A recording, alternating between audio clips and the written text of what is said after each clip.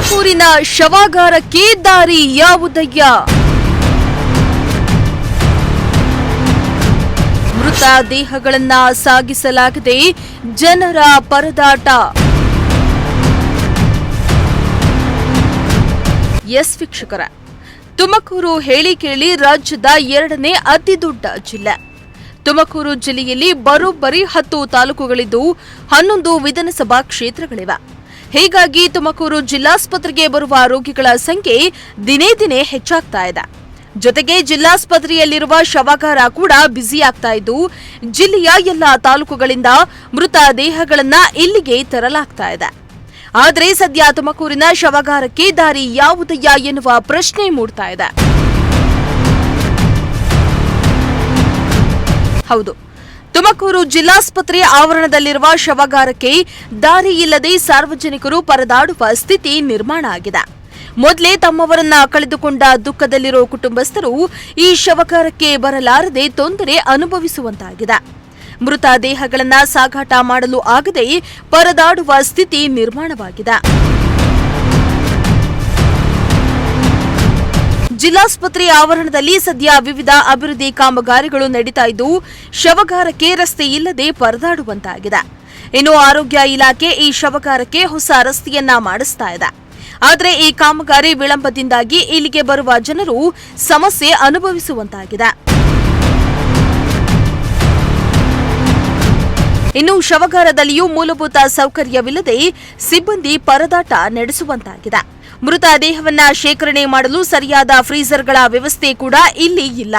ಇಲ್ಲಿರುವ 3 ಫ್ರೀಜರ್ಗಳು ಕೆಟ್ಟೋಗಿದ್ದು, ಜಿಲ್ಲಾಸ್ಪತ್ರೆ ಆಡಳಿತ ಇವುಗಳನ್ನ ಇನ್ನು ಸರಿಪಡಿಸುವ ಕೆಲಸ ಮಾಡ್ತಿಲ್ಲ.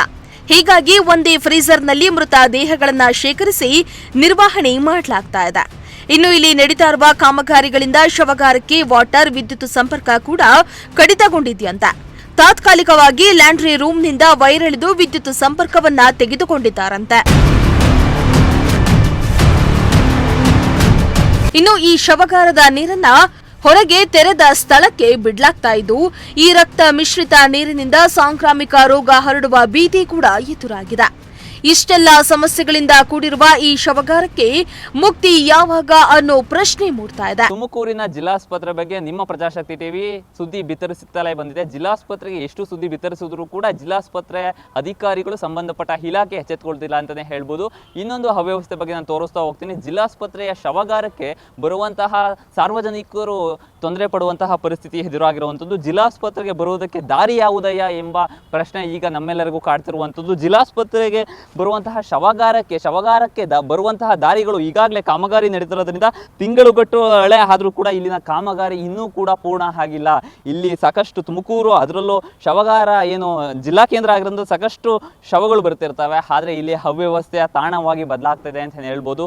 ದೃಶ್ಯದಲ್ಲಿ ಗಮನಿಸಬಹುದು, 4 ರಸ್ತೆಗಳಿದಾವೆ. ಏನು ಡ್ರಾಮಾಕೇರಿಯಿಂದ ಬರುವಂತಹ ರಸ್ತೆ ಆಗಿರ್ಬೋದು, ಹಿಂಭಾಗದಿಂದ ಅಂತ ಬರುವಂತಹ ರಸ್ತೆ ಆಗಿರ್ಬೋದು, ಪೂರ್ಣ ಪ್ರಮಾಣದಲ್ಲಿ ಕಾಮಗಾರಿ ನಡೀತಾನೆ ಇದೆ. ಏನು 1 ತಿಂಗಳು ಬೇಕಾ? 1 ತಿಂಗಳಿಂದ ಹೆಚ್ಚು ಕಾಮಗಾರಿ ಆಗ್ತಾ ಇದೆ. ಶವಾಗಾರಕ್ಕೆ ಬರುವಂತಹ ಜಿಲ್ಲಾಸ್ಪತ್ರೆಯ ಸಂಬಂಧಿಗಳು ಪರದಾಡುವಂತಹ ಪರಿಸ್ಥಿತಿ ಈಗಾಗಲೇ ಎದುರಾಗಿರುವಂಥದ್ದು ನೀವು ದೃಶ್ಯ ಗಮನಿಸ್ತಾ ಇರ್ಬೋದು. ಇಲ್ಲಿ ಶವಾಗಾರದ ಅವ್ಯವಸ್ಥೆ ಕೂಡ ಅಷ್ಟರ ಮಟ್ಟಿಗೆ ಕಾಣ್ತಾ ಇದೆ.